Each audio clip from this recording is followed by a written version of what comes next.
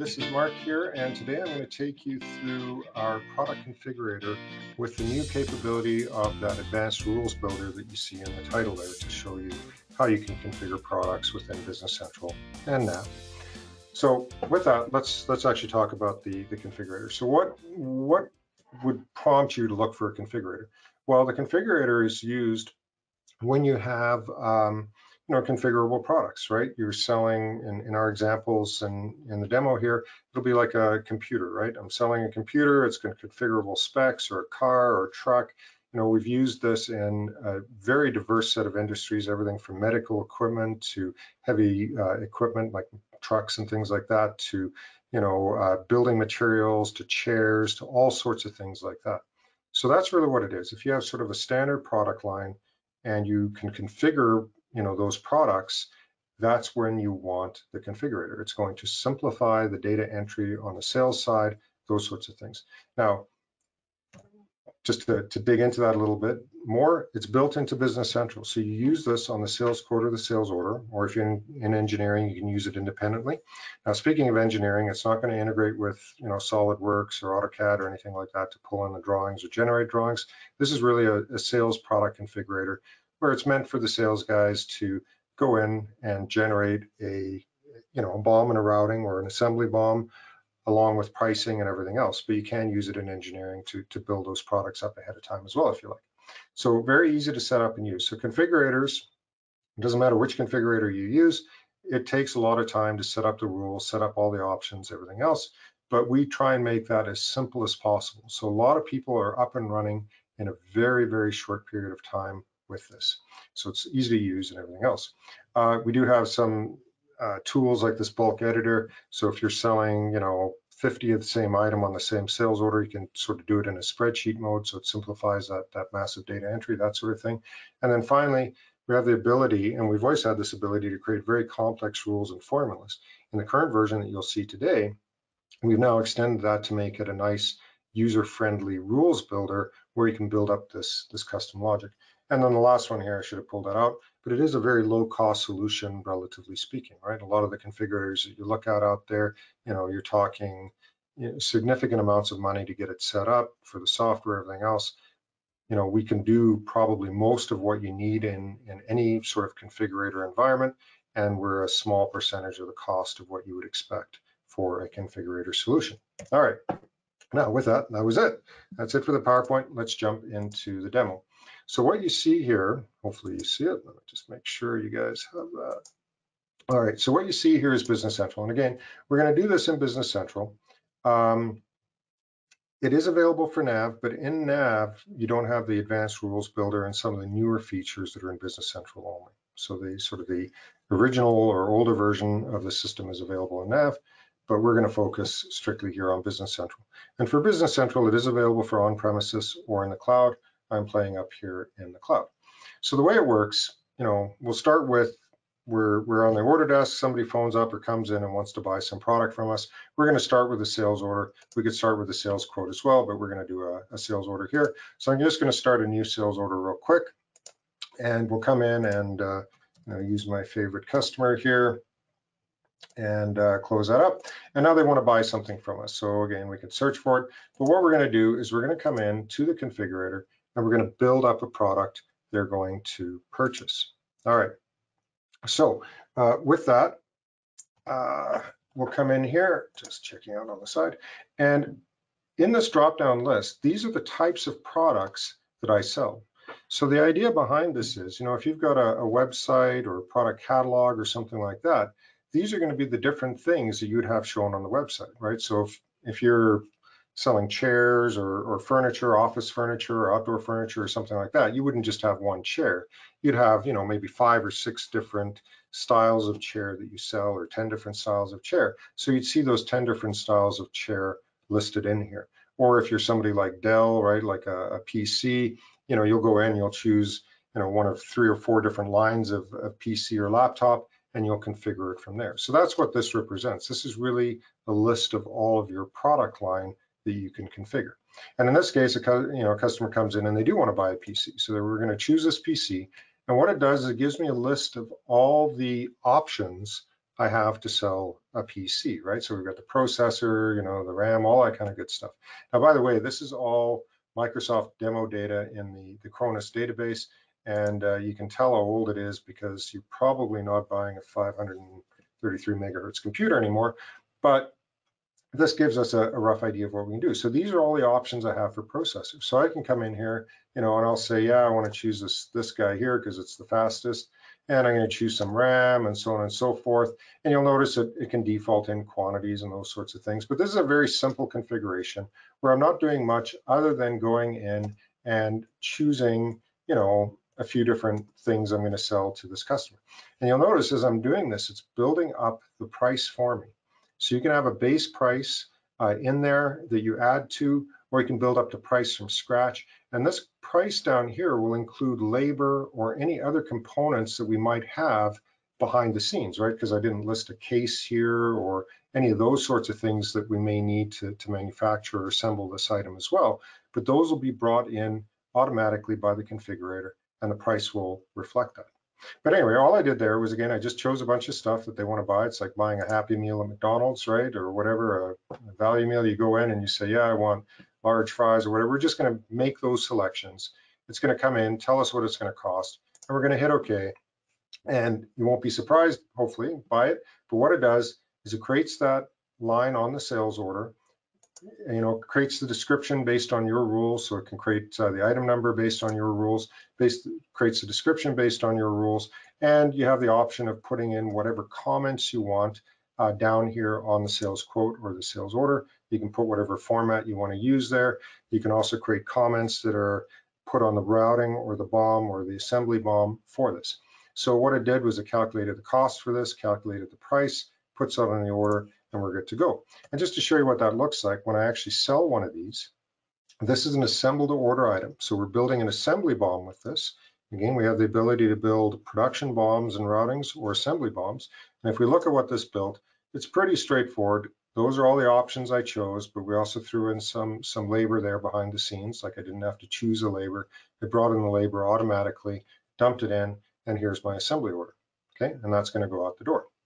Simple as that, right? So that's how I can build this thing up, get my bill of materials, get my labor, get my cost, get my price, everything else.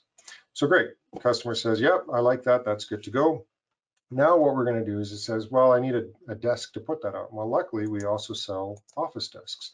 So let's go in there and build up a desk for this customer as well. So I'll go in, I'll choose the desk. And again, it comes in, and this one I made a little prettier, right? You can indent things and that sort of stuff. Green here means that, and bold, that means it's a mandatory. So if I didn't have a selection for this, it's red and angry. And then I can choose a mandatory, one of the mandatory selections. And I can come in here and choose all sorts of stuff for this particular desk. And one of the neat things here is it's asking me for the length of the desk. Well, I want a really long desk. I want a 12-foot desk. So when I do this, I'm about to enter this quantity of 12 for the length here. It goes in and it calculates out the amount of trim I need for that size of desk. So it can do those types of calculations on any of the visible options here or any of the behind the scenes thing. Like if I have material that I need to order for this type of desk, wood or whatever, I'm not going to show those necessarily in the configurator, but I can calculate all the requirements I need for all the components. Like maybe I need for a 12-foot desk, I need 200 screws. Well, I can add those 200 screws onto the bill of materials automatically without showing it here in the configurator. Okay, and you'll notice the other thing it did when I made that thing 12 feet long, anything over 10 feet, I have a rule that says, hey, if it's 10 feet or longer, they need to have shelving, and it calculates out the quantity of the shelving I need as well. Okay, so pretty straightforward. 12-foot desk, maple, blah blah blah. Hit OK, and it adds it onto the order. But this one is a little different. So up here, what it actually did was it created a new item for me when I created this configuration. So that's one of the options you have when you set it up. You can say every time I create a new configuration, it creates a new item for me. Now, if you create a configuration you've built before, it'll find a previously configured item for it. So it'll either find an existing item or create a new item for you. So that new item that it creates is now just a regular item in Business Central. You can use that in MRP. You can copy document and reuse that item. If the customer comes back a week later, I could just type in this item number and resell it. All of that kind of stuff is possible because it's just a normal item now in Business Central. But some people don't like that. You may not want to create a new item for every configuration you create. And that's what we did with this desk here. So this desk, it doesn't actually create a new item for me at all. It uses this standard item number called desk config. And all it does is builds a new bill of materials and routing if it's a production item.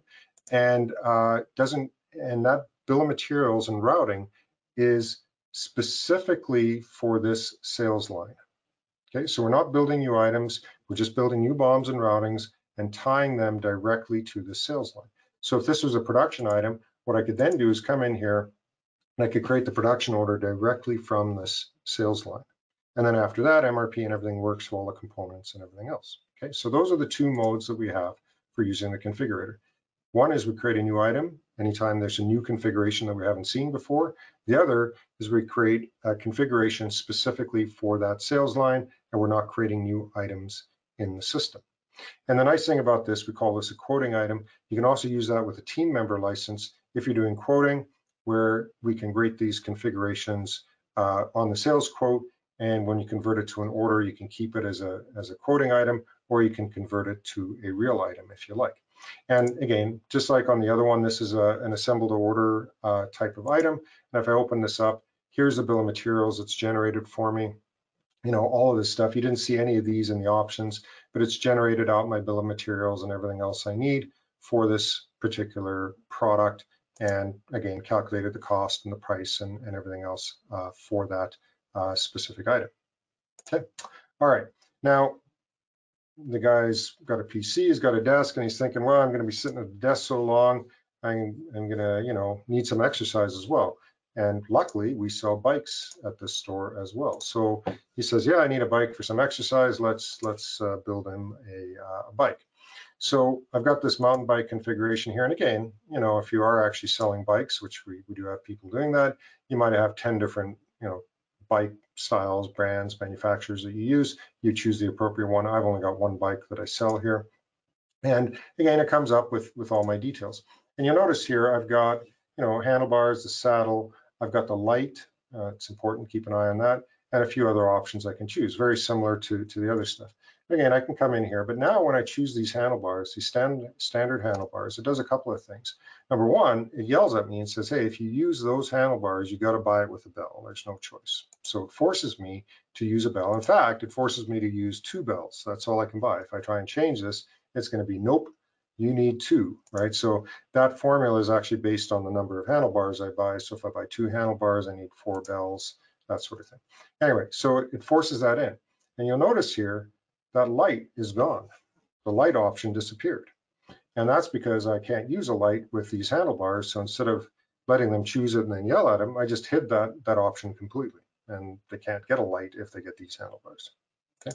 The other thing I can do in here is come in, and if I choose a different type of handlebars, it says, hey, you know what? The light would be good for this. Do you want to add one? And if I say yes, it'll come in and automatically put in that light. So that's optional. I could have said no, and it wouldn't have chosen a light for me, but it would have made this light option visible again, so I could then choose whatever I want for that. So you can set up those types of rules where we can hide individual choices, right? Maybe I can't have a white light with these handlebars, but I can have a blue one. We can hide individual choices. We can hide individual options, those sorts of things. The other thing I'll mention down here is on the mud guards. I've got a couple of options. I can have just a back one or a front and back, and I'm going to choose front and back. And when I do that, it's actually going to include 2 different components. So we can also set that up. I have one choice that I'm making, but based on that one selection, it's going to include multiple components into my bill of materials. And finally, it's still yelling at me here that I need a saddle, so I'm just going to choose a standard saddle. And there's my configuration. Pretty straightforward. You know, there's my bike. Again, it calculates out the price for me. And you'll notice here, we've only got like 120 or what is it, 130 bucks in options here, but my total price is 1,300. It's because we have a base cost for the bike, right? The bike itself costs 1,200, and then whatever additional options we add some money to that. All right, so now when I hit OK on this, very similar. It's going to go in, it's going to add that bike onto the order, and we're good to go. Gives us a cost and price. Well, we're making good money on the bikes. We should sell more of those. And away we go. Now, just to show you what it's built, this is not an assembled order. This has actually created a production BOM and routing for us. So to see what that looks like, I'm just going to go in there. I'm going to open this guy up. And by the way, after I've configured it, I can come back in, make changes to this. It'll update the sales order to whatever changes. Like it says, I decided I don't want the light. I can change that. It'll update the sales order and everything else. But let me just show you what this thing built for us. So all I did was I made like 3 or 4 choices there. And this is actually the BOM and the routing that this thing has generated, right? So it's built out my entire bike with whatever routing, labor, everything else I need in there. And all we see are, you know, the stuff that we added. So here's those mud guards that I mentioned, right? So I chose that one choice, but it's added multiple components. Here's all my other goodies that I've chosen for that particular build. So this is a pretty typical scenario, right? I've got some type of product that, you know, most of it is standard, but I've got a bunch of options I can choose, maybe, you know, power supply or wattage or whatever. And it's going to go out, build out everything I need to manufacture this item now, okay? And add that to the sales order, calculate out the standard cost, give me my price, and I'm good to go. And now these things work just like they do in Business Central. So the configurator gets me to the point where I've got my price, I've got my cost, I've got my BOM, I've got my routing. Or again, if it's an assembly BOM, you know, we're not going to have that routing, but we can add in the labor in there as well. Simple as that. And now, you know, I take his payment and send him out the door and whatever else. And incidentally, if you are dealing with something like this where customers are walking into the door and trying to buy things from you, we do have a counter sales product that facilitates that. It's like a point of sale built into Business Central where I can take payment in here, like I can take $100 cash and $50 Visa, or I can take deposits on all of this kind of stuff, and I can take multiple deposits and those sorts of things. So counter sales is great if you're, you know, have a sales counter that you want to, you know, use the configurator or just sell normal products through. All right, but back to the configurator. From a user perspective, that's all they really have to deal with. They're going to go in there, come in, hit, you know, the configurator, BOM designer, come in, build up what they need, and get a price, and that's all they have to do. And I did mention that bulk configurator thing earlier. Like, let's say they're, you know, it's a school and they want to buy 20 different PCs. I can come in there, and if I do the bulk configurator, I can come in and basically build up, yeah, they want 2 of these, you know, and I can choose all the different options sort of more in a spreadsheet view and hit OK, and it'll add that into the sales order for me. Okay, all right, so that's it.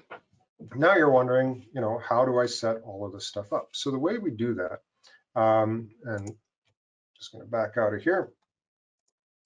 The way we do that is we start with the configurator item categories. So in the next few minutes, you're going to get a bit of training on actually how to set up the configurator and use it. And in a lot of cases, this is enough to get people started. So here, what we've got are all those different types of products that I can configure that I've defined. And you know what, for fun, let's go and look at that PC one. So here, this PC one, like you saw in the sales order, this actually creates a new item. Actually, I'm going to hit edit list here. This actually creates a new item, but this is also where we can say, don't create a new item, just use a standard item every time I build a configuration. And that's what that Office desk did, right? So whenever I created it, it doesn't create a new item. It uses this as my configuration item and builds the BOM and the routing for that sales line. In this desktop PC, we're going to build an item. We've got some defaults we can set here. It's going to be an assembly order instead of a production order. So the bike above it does a production order. And then we can set up the description template and a bunch of stuff like that. But really where the meat of it is under the options. So for that PC, I can come in here and I can say, you know, here's all my options. And you'll notice down here is the labor. We didn't see that in the configurator. That's hidden from the configurator. But here's where I included a couple of hours of labor. And we could have calculated out this labor time based on choices we made elsewhere. And what I wanted to do in this is just show you a couple of things. Oh, actually, you know what? I forgot to show you something when I did the sales thing. So let me show you here. On this monitor, down here are all the different things I can choose for this specific option, right? So here's all my choices for that option, all these different monitors. And these choices can be things like an item, It can be a production BOM, like if I want to include several items based on a selection. I can include labor. I can include resource labor for assemblies. I can include routing labor for production, so either an operation or a full routing to incorporate based on selections I make. So for example, if I'm building a desk or something and I choose a certain component, there might be additional labor for that. I might have to drill new holes or do more assembly, things like that. I can automatically include that additional labor or bump up the existing run times and things like that based on component selections, okay? And I can also do sub-configurations. And what the sub-configuration allows me to do is configure multiple levels of that bill of material. So an example is, on this PC here, maybe I can configure the case or something like that. I can drill down, open up a configuration to choose a whole bunch of options for the case that now becomes another level on the BOM, or can roll up into the top level item as well. Okay, so these are all the different things I can set up. But in this case, on this monitor, I've got these few different monitor options. These are my standard choices for this. And there's a whole bunch of stuff you can set in here. I won't get into the details of all the things that you can set. But let's say in this case, I can sell any monitor I like. I just prefer to sell these 5 here. But if I go in here, I'm going to hit this test configuration, which opens up the BOM designer. And on that monitor, if a customer comes in and says, yeah, I don't want any of those, I want the one that I saw on your website or that new one that I just saw advertised, I can come in here, I can use the select from additional choices, and I can come in and look at my catalog items and choose something that I don't normally stock, but that I can order from my vendor or whatever else. So you can look up to your catalog items or to your item master, even if I haven't configured a choice that I normally use. I can go in there and I can choose whatever the heck I want if you set it up that way. And to show you what that is, in here I just say, you know what, I'm going to allow them to choose additional choices from my catalog items, and here's a filter for those catalog items to use when they do that lookup. All right, so that's the basics. It's pretty simple, like setting up a PC here. I'm just going in, I'm listing a bunch of items, I've got a bunch of labor there, that sort of thing. Pretty simple. But let's do something a little fancier. So let's say on this keyboard here, I've got a quiet and a performance. And let's say if I choose the performance keyboard on the mouse here, I don't want to sell this basic mouse. That's too cheap. I want to eliminate the ability to choose that mouse if I choose a fancier keyboard. So let me show you what that looks like. This is where we get now into the rule designer. So I'm going to create a rule for the keyboard. When I hit that, it says, create a new rule. Absolutely, I want to do that.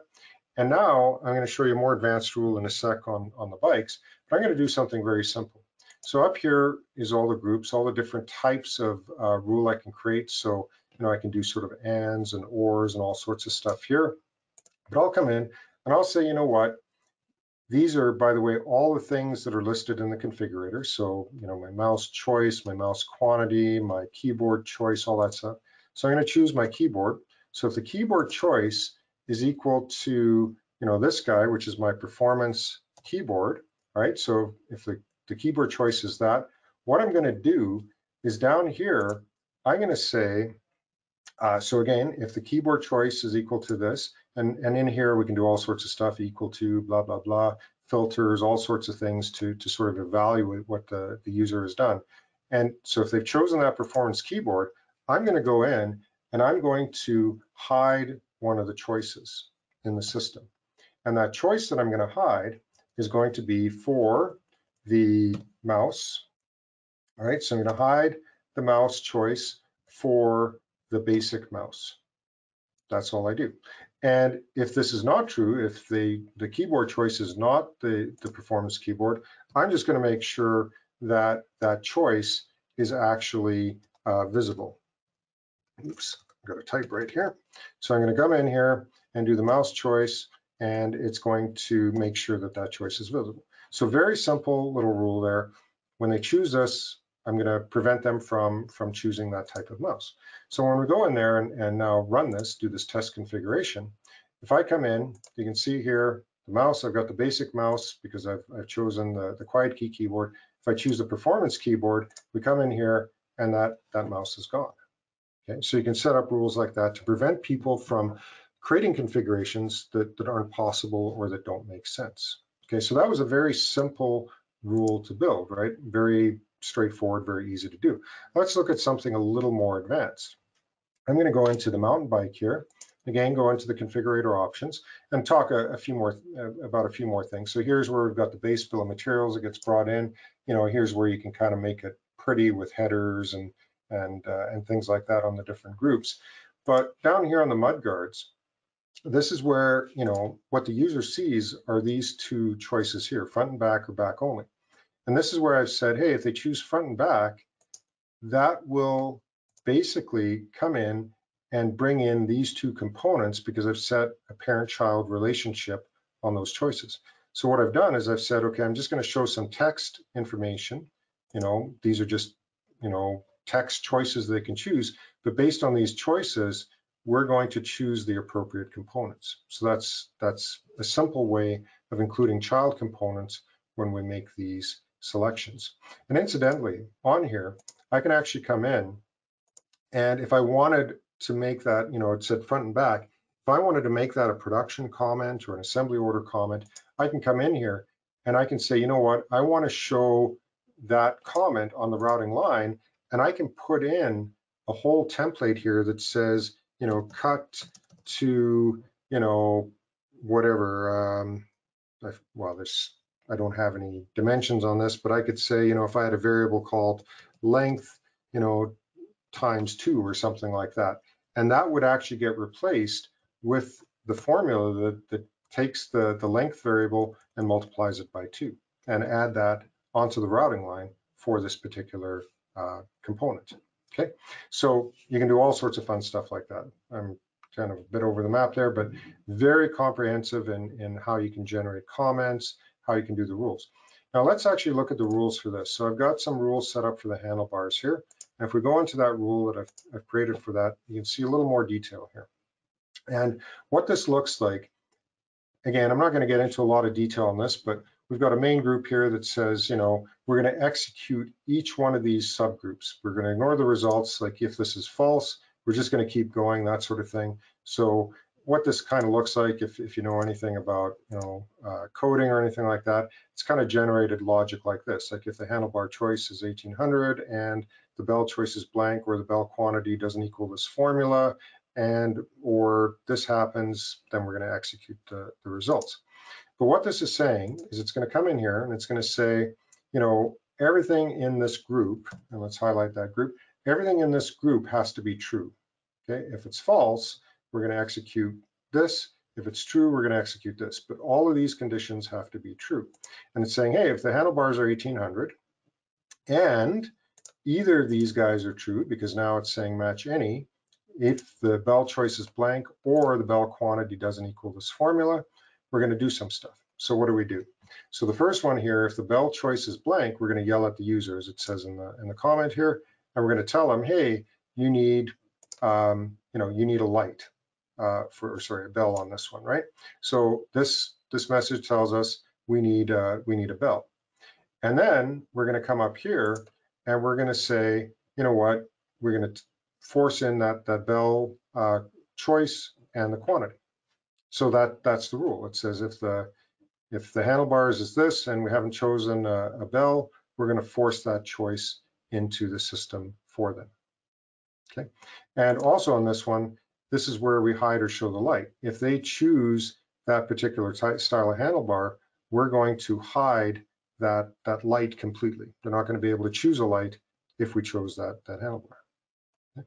And then down here, this is the another one where we come in and we say, hey, if the handlebars are 1801 and we haven't chosen a light, we're going to prompt the user and say, hey, you want to add the light? And if they say yes, we're going to execute this event where we add in that light. Okay, so this is the advanced rules builder. It lets you come in here and do a ton of stuff, right? There's a whole bunch of different actions you can perform on this. You can generate errors, you can hide stuff, you can send the user messages, you can run additional rules. So you can actually create things effectively like subroutines that you can run and reuse logic that you've built, that sort of thing. So there's a ton of things you can do in here. You can effectively build an entire program in the system using this rule definition builder in the configurator. Okay, and again, the end result of that, just to reiterate, when we run that thing, that rule executes every time I choose this. If I choose these, it's going to hide the light, it's going to yell at me, it's going to add in that value, and that's how I've set it up. So quite straightforward in how you do that. Thanks everyone for attending. If you didn't get your question answered during the session, we will follow up afterward and answer those questions for you. Or again, use the chat window or the contact and get a hold of us directly. Thanks for attending, everybody. Appreciate it. Bye-bye. Hey, thanks for watching. I hope you enjoyed this video. If you haven't already, make sure you subscribe to our YouTube channel for more great content.